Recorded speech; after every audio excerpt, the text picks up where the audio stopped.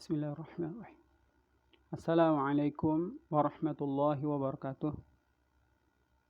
Innal hamdalillah wassalatu wassalamu ala nabiyyina Muhammadin wa ala alihi wa ashabihi ajma'in. Amma ba'd.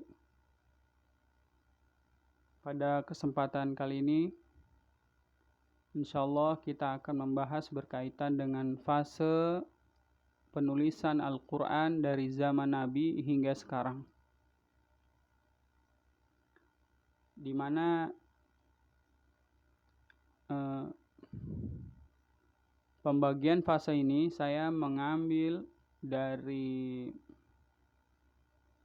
kitab At-Tajwidul Musawwar karya Fadilatul Syekh Dr.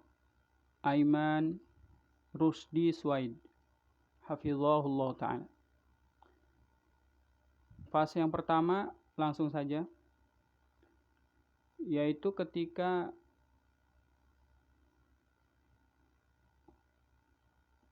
potongan ayat turun,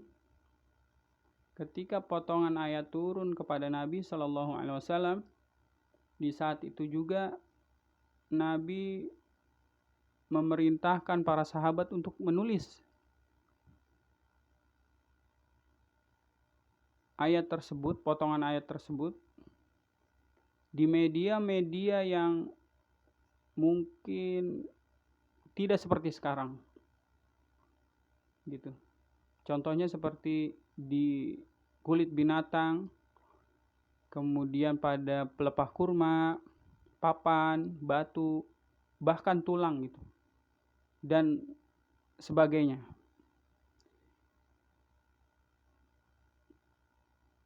Kemudian pada masa Nabi SAW, Nabi merekomendasikan penulis-penulis itu, penulis-penulis mushaf, penulis-penulis Al-Quran, itu ada 4 penulis Al-Quran, penulis wahyu yang terkenal pada masa itu. Siapa saja mereka? Yang pertama adalah Zaid bin Thabit radhiyallahu anhu. Zaid bin Thabit radhiyallahu anhu.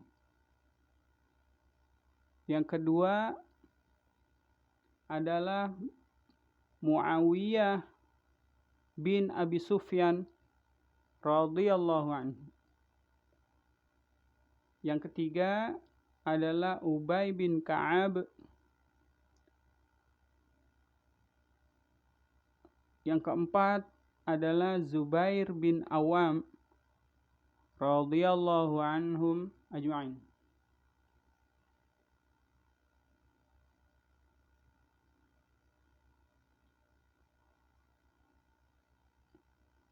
Kemudian fase berikutnya adalah ketika para sahabat Nabi Shallallahu Alaihi Wasallam diperintahkan untuk menulis. Fase berikutnya yaitu berada di zaman Abu Bakar As-Siddiq, yang pada masa itu tulisan-tulisan yang ada di kulit binatang, di pelepah kurma itu dikumpulkan menjadi satu, disusun, tulisannya disusun, dijadikan satu suhuf namanya.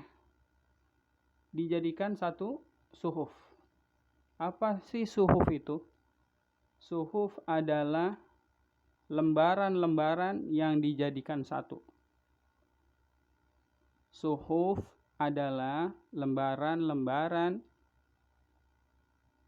yang dijadikan satu.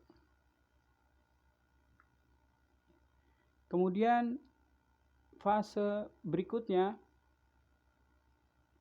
setelah masa Abu Bakar As-Siddiq, masuk ke fase zaman Utsman bin Affan radhiyallahu anhu yang tadinya sudah dijadikan satu, potongan-potongan ayat itu yang terpisah-pisah dijadikan satu. Kemudian oleh Utsman dinasakh atau diperbanyak menjadi beberapa mushaf. Lalu Utsman berinisiatif mengirimkan mushaf-mushaf yang sudah diperbanyak tadi ke negeri-negeri kaum muslimin beserta pembaca Al-Quran yang mahir, yang bisa mengajarkan kepada penduduk kaum muslimin yang ada kaum musliminnya itu, agar mereka juga bisa membaca Al-Quran sebagaimana Al-Quran tersebut itu diturunkan.